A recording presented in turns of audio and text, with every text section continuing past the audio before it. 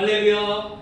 네, 오늘도 주님 앞에 나오신 여러분들 사랑하고 환영합니다. 오늘도 우리가 마음과 정성을 다해서 우리 주 예수 그리스도의 이름을 함께 높이고 찬양하기 원하는데요. 우리 함께 고백하겠습니다. 나는 예배자입니다.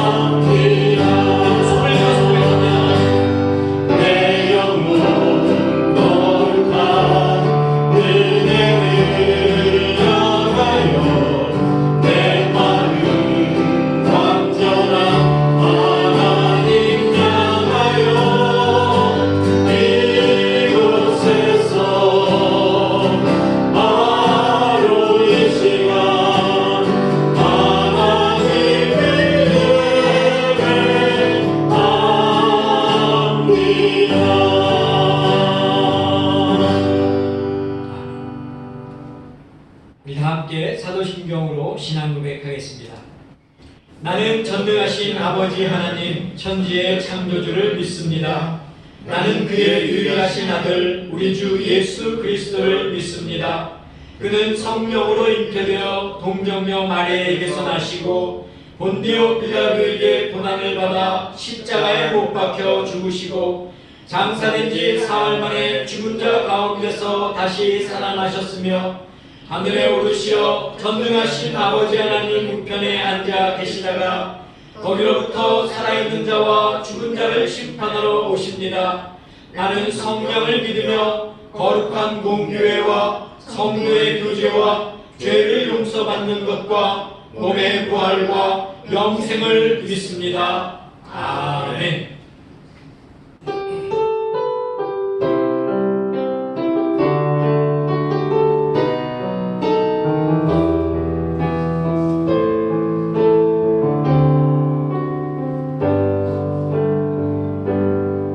지금 서 있는 이곳에서 높이를 받으소서. 내가 밟는 땅 주님의 땅이니 하늘이 주의 이름 높이 올리며 넓은 나라가 주를 노래해. 모든 만물 주를 경배해.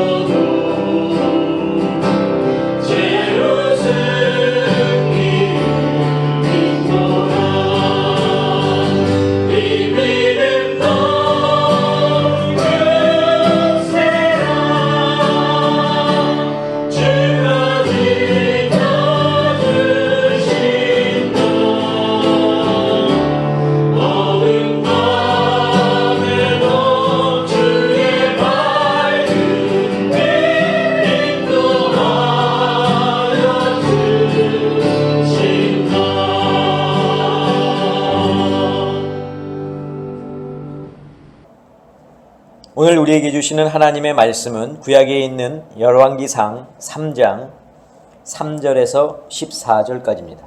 제가 봉독하겠습니다.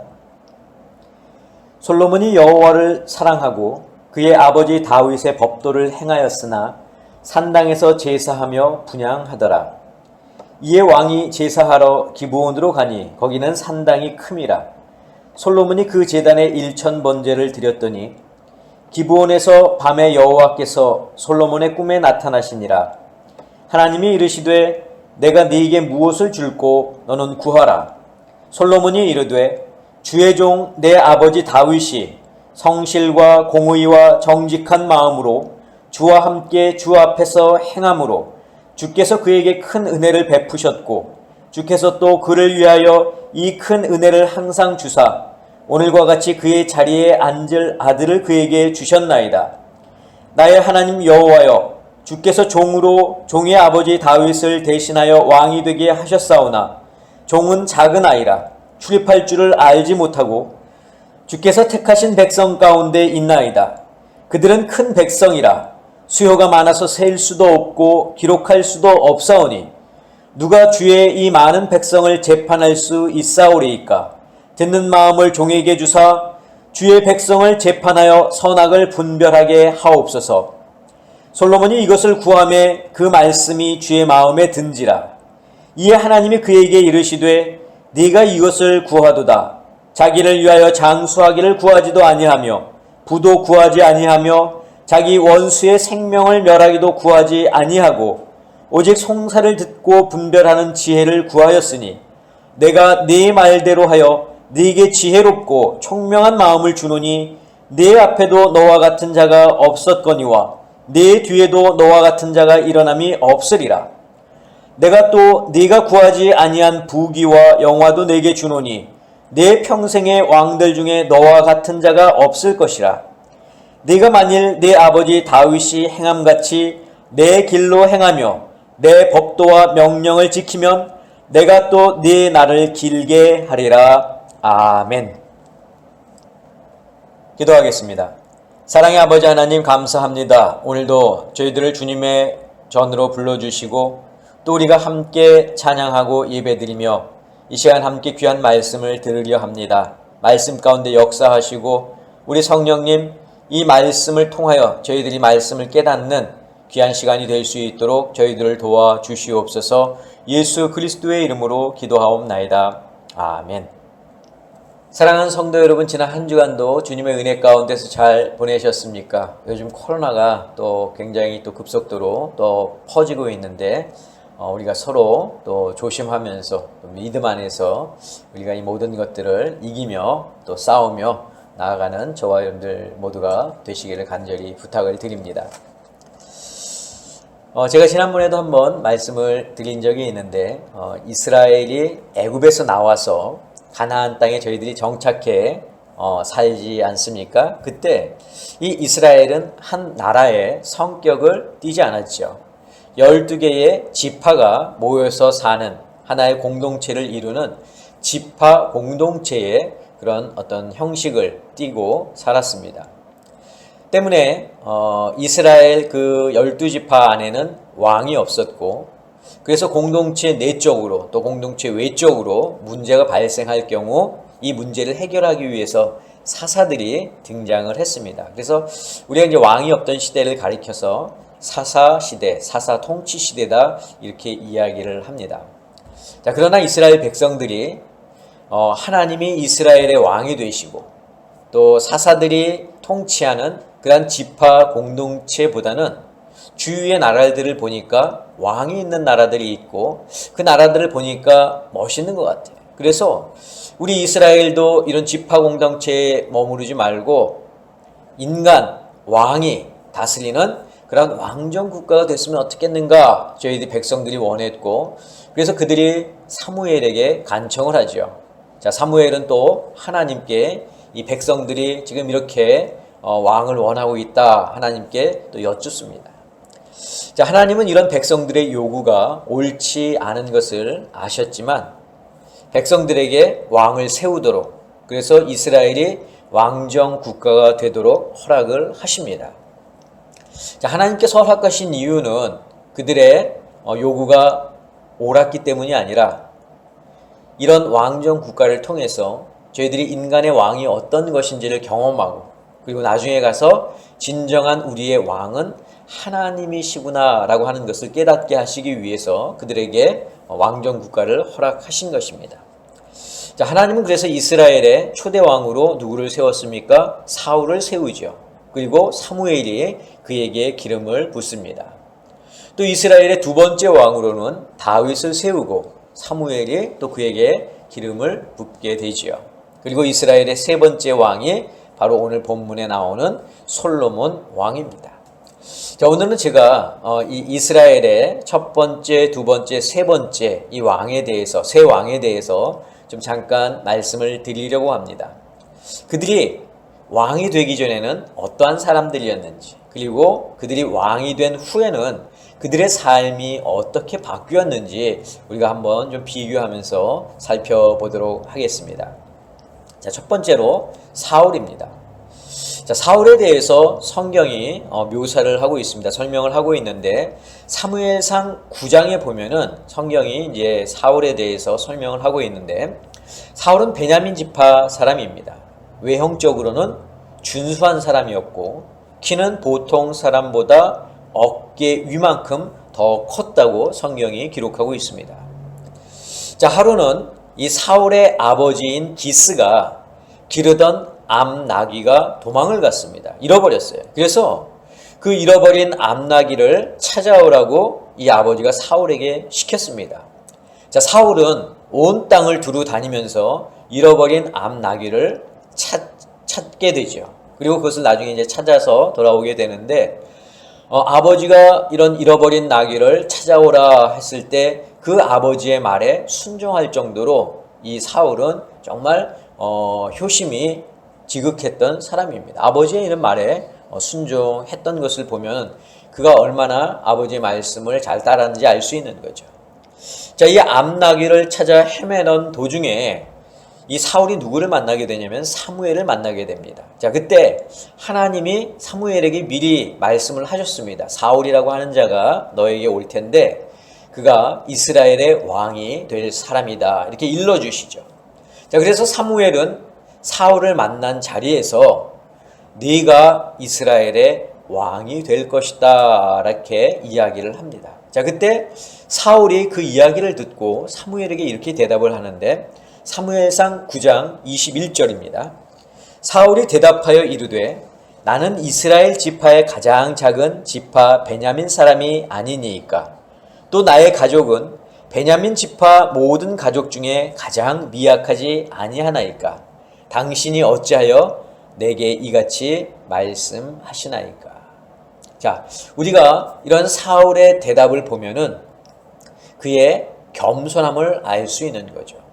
우리 베냐민 지파가 가장 미약하고 또 그 중에서도 우리 가족이 가장 미약한 가족인데 그런 미약한 가족 중에서 나 같은 사람이 왕으로 될 수 있겠습니까? 그것은 아닙니다. 라고 사울이 이야기하죠. 자, 이것이 바로 사울의 겸손함을 엿볼 수 있는 그런 장면입니다. 하지만 사무엘은 결국 하나님의 명령대로 사울에게 기름을 부어서 이스라엘의 왕으로 세우게 되죠. 자, 아직 왕이 된 것은 아니지만 이제 사울에게 기름 부음을 했습니다. 자, 이제 사울이 그 사무엘과 헤어져서 집으로 가던 중에 또 어떤 일을 겪게 되냐면 하나님의 영이 그 사울에게 임합니다. 그래서 이 사울이 당시의 선지자들처럼 예언을 막 하게 되는 그러한 사건도 이 성경 가운데 기록되어 있는 것을 우리가 알 수 있습니다.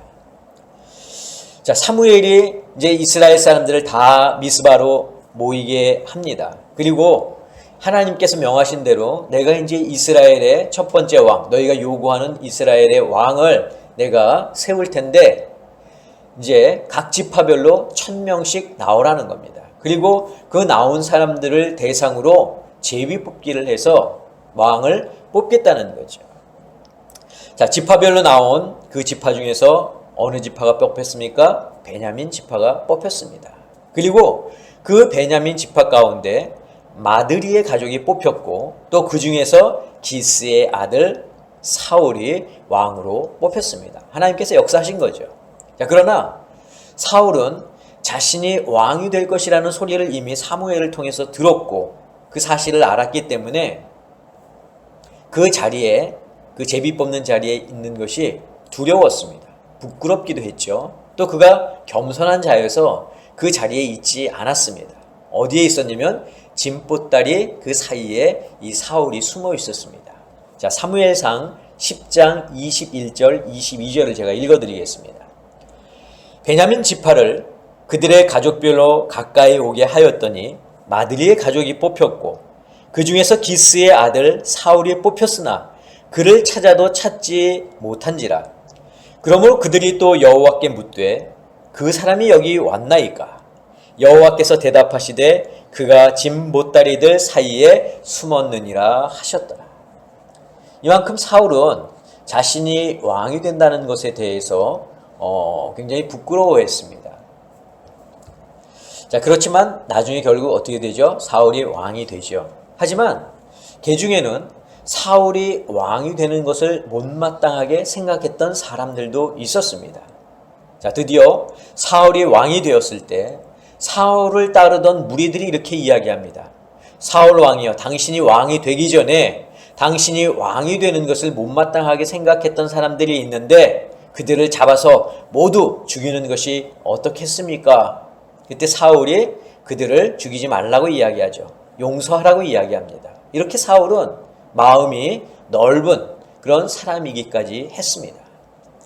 자, 우리가 성경에 기록된 이런 사울의 모습을 보면은 외형적으로 아주 출중한 사람이었고 내적으로는 겸손 또 아량 이런 것을 겸비했던 사람이 바로 사울입니다. 그런데 그가 왕이 된 후에 어떻게 됐습니까?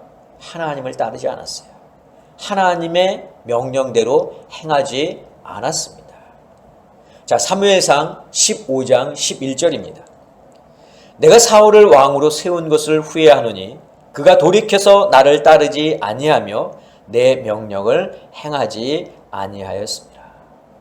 왕이 되기 전에는 정말 하나님을 믿고 또 아버지께 순종하고 그 마음이 정말 이렇게 넓었던 그런 사람이었음에도 불구하고 그가 왕이 된 후에는 어떻게 하나님의 말씀을 따르지 않고 하나님의 말씀을 행하지 않았던 그런 사람으로 변하게 되었는가? 자, 두 번째 다윗을 보겠습니다. 자, 다윗에 대해서 성경은 이렇게 기록하고 있습니다. 사무엘상 16장 12절입니다. 그의 빛이 붉고 눈이 빼어나고 얼굴이 아름답더라. 다윗도 사울만큼 외모가 뛰어난 사람이었습니다. 뿐만 아니라 믿음으로 하나님을 신뢰한 사람이 다윗이었습니다. 자, 골리앗 앞에 설 만큼 담대했던 사람이기도 하죠. 사울 왕에게 쫓겨 도망다니는 상황에서도 사울을 죽일 수 있는 기회가 2번이나 있었음에도 불구하고 하나님께서 세우신 사람을 내가 어떻게 함부로 해할 수 있겠는가 해서 사울을 죽이지 않고 2번씩 살려주었던 사람이 바로 다윗입니다. 또 사울 왕의 아들 요나단과는 아주 절친이었죠. 그래서 서로 어려울 때 우리가 서로 돕자고 저희들이 맹세를 합니다. 자, 그래서 다윗이 어려울 때 이 요나단이 다윗을 도와주죠.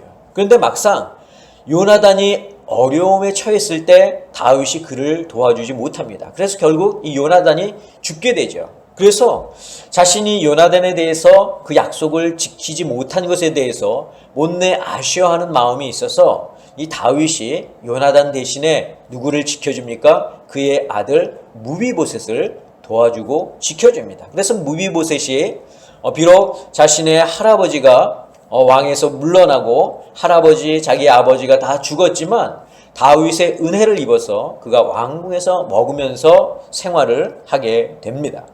자, 그랬던 다윗이에요. 정말 믿음의 사람이었고 사울을 죽일 수 있는 기회가 2번이나 있었음에도 죽이지 않았고 또 요나단과의 그 약속을 지키지 못해서 그 아들 무비보셋을 통해서 약속을 지켰던 이런 다윗이었지만 그가 왕이 된 후에 어떻게 됐습니까? 우리아의 아내 바세바의 일로 하나님 앞에 죄를 범하게 되지 않습니까? 그리고 하나님께서 가장 싫어하시는 것 중에 하나가 인구조사입니다. 인구조사는 무엇이냐면 18세 이상의 성인 남성이 몇 명인지 그 수를 파악해서 우리나라의 군사력이 얼마나 되는지를 파악하는 겁니다. 이것은 무엇을 이야기하냐면 우리가 하나님을 정말 의지하고 하나님께서 이 나라를 지켜주신다라는 그러한 생각이 아니라 우리 스스로 우리가 가진 그런 군대로 군사력으로 우리의 나라를 방어할 수 있고 지킬 수 있다라고 하는 하나님을 배제한 그런 생각이기 때문에 하나님은 이 인구조사를 정말 싫어하셨는데 다윗이 어떻게 했습니까? 바로 이 인구조사를 실시함으로 해서 하나님에게 노여움을 사기까지 합니다. 자, 다윗도 그가 왕이 된 후에는 이런 하나님의 말씀을 제대로 따르지 않는 그러한 삶의 모습을 보여준다는 것이죠. 자, 세 번째로 솔로몬입니다. 우리가 함께 본문을 읽어서 솔로몬이 어떤 사람인지 여러분들 다 잘 아시죠? 오늘 본문에 나와 있는 것처럼 하나님을 사랑하는 사람이었습니다. 또 다윗의 법도, 즉 아버지의 법도를 따를 만큼 순종적인 사람이었습니다. 하나님께 또 일천번제를 드렸죠. 자, 하나님께서 일천번제를 드린 그 솔로몬 앞에 꿈에 나타나셔서 너의 소원이 무엇이냐 묻습니다. 그때 이 솔로몬이 무엇을 구합니까? 지혜를 구해요. 이 나라 백성들을 잘 치리할 수 있는 지혜를 달라고 하나님 앞에 요청합니다. 그때 하나님이 그것이 마음에 드셨어요. 다른 사람들 같으면 내가 어떤 것을 가지기를 원하느냐 물었을 때 장수를 구하고 또 부를 구하고 원수의 생명을 구하는데 너는 이것을 구하지 않았으니 내가 너에게 지혜뿐만이 아니라 내가 구하지 않은 것까지도 주겠다 하나님께서 이렇게 말씀하십니다. 그러면서 이 솔로몬을 칭찬하시는데 내 평생의 왕들 중에 너와 같을 자가 없을 것이다 하나님께서 이렇게 말씀하셔요. 정말 솔로몬에 대한 하나님의 칭찬, 대단한 칭찬이죠. 그런데 이 솔로몬이 어땠습니까? 그 이후의 삶이 많은 이방 여인들과 결혼해서 그 이방 여인들을 아내로 맞아들였습니다. 당연히 이 이방 여인들은 자신들이 믿었던 그런 우상들을 이스라엘로 갖고 들어오게 되었고 솔로몬은 자신의 아내가 가지고 온 우상이니까 그것을 어떻게 하지 못하고 그 우상을 섬길 수 있도록 산당을 세워줍니다. 자, 솔로몬의 이러한 결혼은 바로 정략결혼이죠. 정략결혼을 통해서 우리 이스라엘이 외세의 침략을 받지 않고 오히려 그들과 같이 이러한 친분 관계를 맺음으로 인해서 안정을 찾으려 했다는 것이 문제라는 거죠. 앞에서도 말씀을 드렸지만 이스라엘은 하나님께서 지키시는 나라입니다. 하나님께서 보호하시는 나라예요. 그런데 그 나라의 안전, 그것을 하나님으로부터 찾으려 하는 것이 아니라 외세의 어떤 그런 힘, 그리고 자신의 군사력 이런 데서 찾으려고 하니까 거기에 문제가 있었던 것입니다. 자, 우리가 세 명의 왕을 지금 함께 살펴봤는데 이 세 명의 왕들을 보면서 한 가지 공통점을 찾을 수 있습니다. 그것은 무엇이냐면 그들이 왕이 되기 전에는 모두가 다 하나님을 믿음으로 잘 섬기는 사람들이었다는 겁니다. 겸손하고 순종적이었고 마음이 넓은 성격의 소유자들이었다는 거죠. 그런데 왕이 된 후에 어떻게 됐습니까? 그리고 그들의 인생의 노년에 그들의 삶이 어땠습니까? 하나님으로부터 멀어졌거나 하나님의 말씀에 순종적이지 못한 사람으로 변했다는 거예요. 하나님을 의지하려 하지 않고 세상을 의지하려 했다는 것입니다. 그 이유가 무엇 때문일까요? 왜 하나님을 섬긴다고 하면서 하나님께서 싫어하시는 그러한 행동들을 저희들이 하게 된 것일까요? 자, 우리가 이런 질문을 하기에 앞서서 먼저 우리의 모습을 좀 살펴볼 수 있었으면 좋겠습니다. 우리가 과연 이 세 명의 왕들의 믿음의 정도를 놓고 그들의 믿음이 어떻다 논할 만큼 우리가 하나님 앞에서 정말 떳떳한 믿음의 소유자냐 하는 거예요. 이 왕들을 논할 만큼 우리가 정말 믿음이 하나님 보시기에 좋은 사람들이냐 하는 것입니다. 나는 좀 제대로 된 믿음을 가지고 있지 못하면서 남의 믿음을 놓고 우리가 감나라 대추나라 할 수는 없는 것이지 않습니까? 비록 우리가 그들의 믿음을 논할 수 있는 입장은 못 되지만 그래도 새 왕의 모습을 통해서 배울 수 있는 것은 좀 배우고 고쳐야 할 것은 고쳐야 하는 그런 기회가 이 시간 되었으면 좋겠습니다. 자, 우리가 이 새 왕을 보면서 그들도 인간이기 때문에 어쩔 수 없겠구나 하는 생각을 가질 수 있을지 모르지만 우리라고 꼭 그들과 같은 신앙의 결과를 가져오라는 법은 없습니다. 저는 우리 아름다운 교회 성도 여러분들은 이 앞에 새 왕을 보면서 그들의 삶을 보면서 우리 스스로가 이것을 반성의 기회로 또 믿음이 성장하는 기회로 삼을 수 있기를 간절히 바랍니다. 자, 그러기 위해서는 우리가 예수를 믿고 우리의 신앙이 정말 열정적으로 뜨거웠던 때의 모습을 떠올려 봐야 합니다. 나의 신앙이 가장 열정적이었던 때가 언제였는지 한번 여러분들 생각해 보시기를 바랍니다. 그래서 그때의 모습과 지금의 나의 모습을 한번 비교해 보시기 바랍니다. 자, 그래서 오늘 설교의 제목이 무엇이냐? 그때를 기억하십니까? 자, 이 자리에 계신 분들은 누구나 다 예수를 믿고 신앙이 가장 뜨거웠었던 적이 있었을 것입니다. 찬송을 부를 때 그 가사의 내용이 막 가슴에 와 닿고 사무쳤을 때가 아마 여러분들이 있었을 겁니다. 우리가 박수를 치면서 찬양을 할 때 마음이 뜨거워지고 즐거웠던 때가 여러분들 있지 않았습니까? 기도를 하다 보면 왠지 나도 모르게 눈에서 눈물이 흐를 때가 있었지 않습니까? 밤을 새워가면서 철야기라 기도를 했던 적도 여러분들 있었을 것입니다. 말씀의 은혜를 받아서 전도에 또 선교에 열심을 냈었던 적도 있었고요. 말씀에 대해서 더 깊이 알기 위해서 열심히 성경을 읽고 또 성경 공부를 하던 적도 있었을 것입니다. 부흥회가 있다면 시간을 내서라도 참석을 하고 또 교회에서 행사가 있다고 하면 빠지지 않고 그 모든 교회 행사에 참석했던 적도 있었을 겁니다. 주일학교에서 교사로 또 예배 시간에는 찬양단이나 성가대로 봉사하던 때도 있었을 것이고 이웃사랑을 몸소 실천했었던 적도 아마 여러분들 있었을 것입니다. 그런데 지금은 어떻습니까? 혹시 우리에게 눈물이 마르지는 않았습니까? 우리의 기도가 쉬고 있다는 생각은 여러분 해보지 않으셨습니까? 찬양의 곡조가 그저 우리 귀에 익숙한 멜로디로만 들리지는 않습니까? 찬송가의 가사가 더 이상 감동으로 다가오지 않고 있는 것은 아닙니까? 말씀의 은혜를 받기보다는 그저 한 편의 설교를 들었다 생각하지는 않습니까? 봉사나 성경 공부는 한때 젊었던 시절에 하는 것이라고 생각하지는 않습니까? 여러분, 우리는 방석을 깔고 무릎을 꿇고 예배를 드리던 또 기도를 하던 때가 있었습니다. 비좁은 공간에서 옆 사람과 다닥다닥 붙어서 선풍기 바람에 의지한 채 무더운 여름 부흥 집회에 우리는 참석하던 때가 있었습니다. 그런데 그런 우리의 모습이 지금은 어디 갔습니까? 우리는 언제부터 편안한 신앙생활을 추구했습니까? 언제부터 예배가 하나님께 드려지는 예배가 아니라 편안함 위주의 예배가 되었습니까?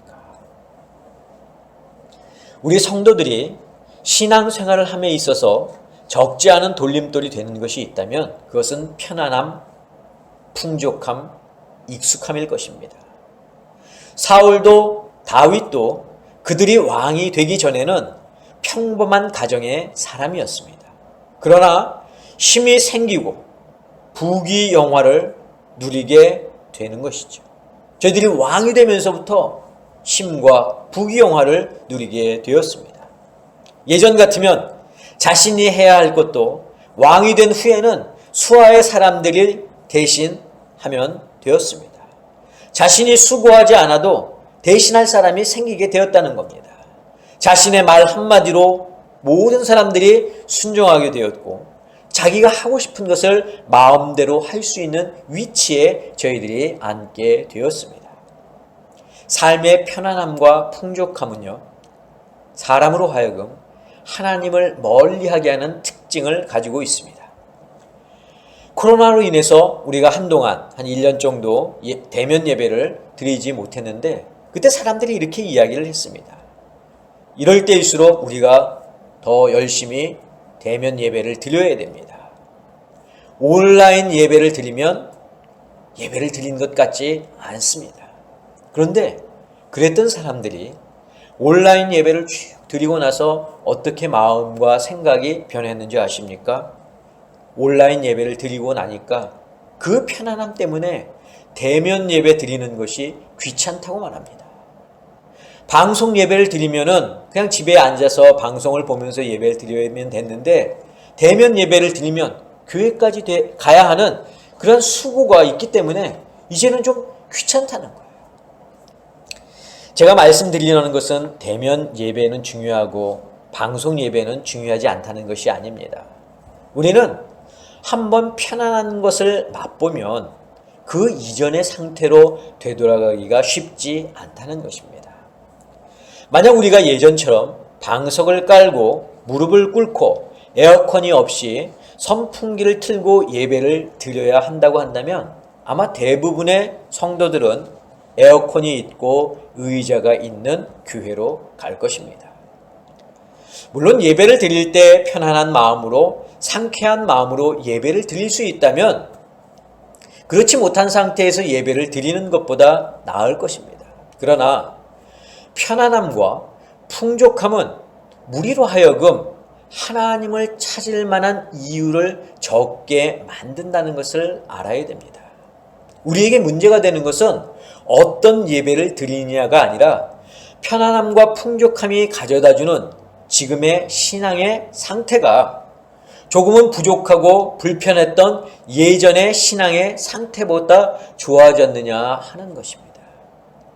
만약 더 좋아졌다면 다행이지만 그렇지 않다면 우리는 사울과 다윗에 대해서 뭐라고 말할 수 있는 입장이 못 됩니다. 신앙생활의 익숙함도 마찬가지죠. 익숙하다는 것은 무엇입니까? 몸에 배었다는 거죠. 내가 머리로 신경을 쓰지 않고 정신을 바짝 차리지 않아도 몸이 알아서 반응하는 것입니다. 자, 우리가 예배 시간에 주기도문이나 또 사도신경을 고백할 때 여러분들 머리로 생각해가지고 단어 하나하나 떠올리면서 고백하는 사람이 있습니까? 아마 그런 사람은 없습니다. 자, 우리 주기도문 하겠습니다. 우리 사도신경 하겠습니다. 하면은 어떻습니까? 내가 신경 쓰지 않아도 그냥 알아서 내 몸이, 내 입이 거기에 반응한다는 겁니다. 저절로 나온다는 거죠. 그런데 이런 신앙생활의 익숙함 또한 우리로 하여금 하나님을 찾아야 하는 이유를 적게 만든다는 거예요. 그냥 평소에 하던 대로 해왔기 때문에 습관처럼 우리는 신앙생활을 하게 된다는 것입니다.